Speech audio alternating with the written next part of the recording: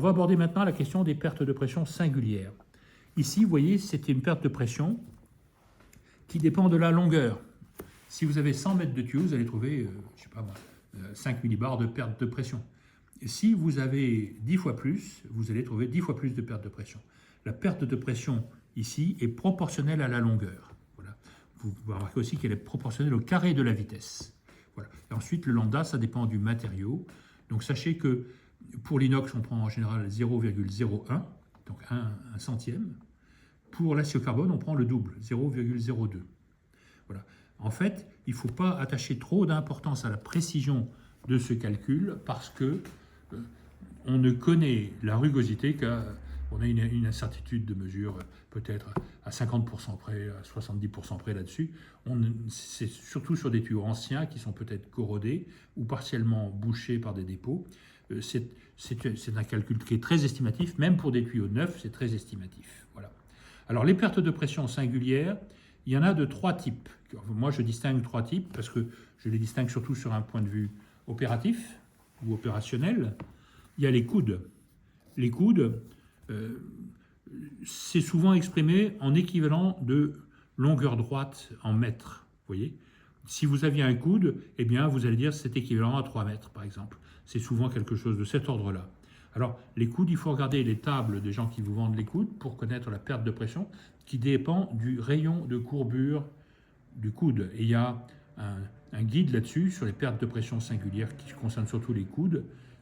C'est le guide de Kilisek qui est très réputé.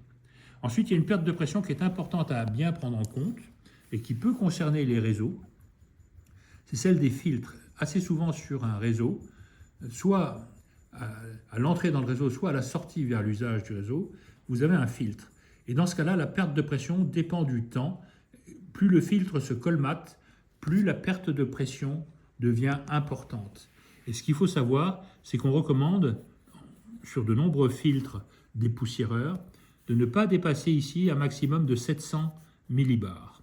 Pourquoi ? Au-delà de 700 millibars, il y a une rupture du filtre. Alors 700 millibars sur un plan énergétique, c'est une catastrophe. Alors, le dernier point que personnellement, je suis très attentif à ça, aussi bien dans les projets donc, en tant que concepteur que sur l'audit, pour auditer un réseau existant.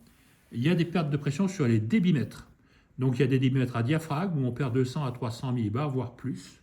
Quand on mesure 500 millibars, il y a souvent quelque chose comme 300 millibars de perte de pression résiduelle. Voilà.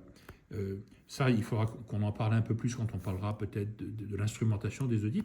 Les vortex qui sont très utilisés sur la vapeur où ils ne posent aucun problème, c'est une mesure précise et pas très coûteuse. Sur l'air comprimé, font perdre pas mal de pression. Souvent, c'est 50 à 80 millibars. Et c'est accentué par le fait que le vortex est souvent mis sur un tronçon droit, une sorte de système de stabilisation de l'écoulement. Le vortex, c'est un obstacle à l'écoulement. Et on mesure la fréquence d'apparition des tourbillons en aval, si l'air comprimé ou la vapeur arrive comme ça.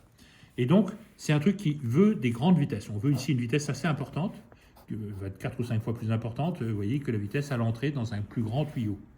Et alors, si on considère non seulement la pression du vortex, qui est un débitmètre qui est pris entre brides ici, mais de tout le tronçon de mesure, on a souvent des 200 millibars de perte de pression, presque autant qu'avec les diaphragmes. Voilà donc pour le calcul des pertes de pression singulières, et ce sera la fin de cette vidéo qui va nous parler des calculs de base sur l'air comprimé pour le dimensionnement des réseaux.